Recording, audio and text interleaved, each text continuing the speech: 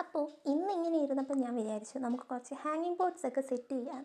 എനിക്ക് ഹാങ്ങിങ് ബോർഡ്സ് ഒക്കെ ചില വീടുകളിലൊക്കെ ചെല്ലുമ്പോഴും നമ്മൾ വണ്ടിയിലൊക്കെ പോകുമ്പോഴും ഒക്കെ ഇട്ടിരിക്കുന്നത് കാണാൻ ഇഷ്ടമാണ്. പക്ഷേ എനിക്ക് ഹാങ്ങിങ് ബോർഡ് എന്തോ അങ്ങോട്ട് സെറ്റ് ആവാറില്ല.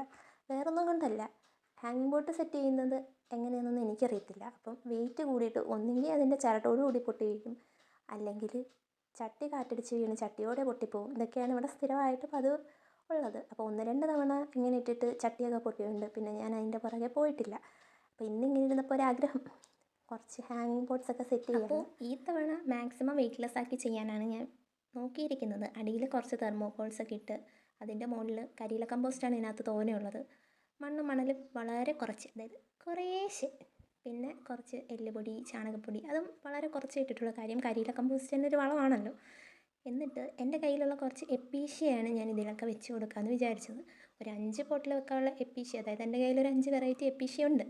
അപ്പോൾ ഞാൻ 5 പോട്ടും കൊണ്ടൊക്കെയാണ് വന്നത്. പക്ഷേ വെച്ച് വന്നപ്പോഴത്തേക്കിനും ഒരു 10-12 പോട്ടിലുള്ള എപ്പീഷ്യയ്ക്കും വേണ്ടിയിട്ട് ഉണ്ടായിരുന്നു. അത് 2 വെറൈറ്റി എൻ്റെ കയ്യിൽ കുറച്ചധികം ഉണ്ടായിരുന്നു. ഞാൻ ഒരു കമ്പ് പോലും കളയാതെ കൊണ്ട് ബാക്കി ഉള്ള ചട്ടികളും കൂടെ ഫില്ല് ചെയ്ത് അങ്ങനെ അങ്ങ് വെച്ചു. അപ്പോൾ ഞാൻ ഉദ്ദേശിച്ചതെന്ന് വെച്ച് കഴിഞ്ഞാൽ ഒരു വെറൈറ്റി 2 പോട്ടിൽ വീതം, അതായത് നമ്മുടെ ടർട്ടിൽ വൈനും എല്ലാം കൂടി ഇൻക്ലൂഡ് ചെയ്ത് ചെയ്യണമെന്നാണ്. ഇതിപ്പോൾ എന്തായാലും എൻ്റെ കയ്യിലുള്ള ചട്ടിയൊക്കെ കഴിഞ്ഞിട്ടുണ്ട്. ഇനി പുതിയ ചട്ടി വാങ്ങിയിട്ട് നമുക്ക് ടർട്ടിൽ വൈനൊക്കെ സെറ്റ് ചെയ്യാൻ പറ്റത്തുള്ളൂ.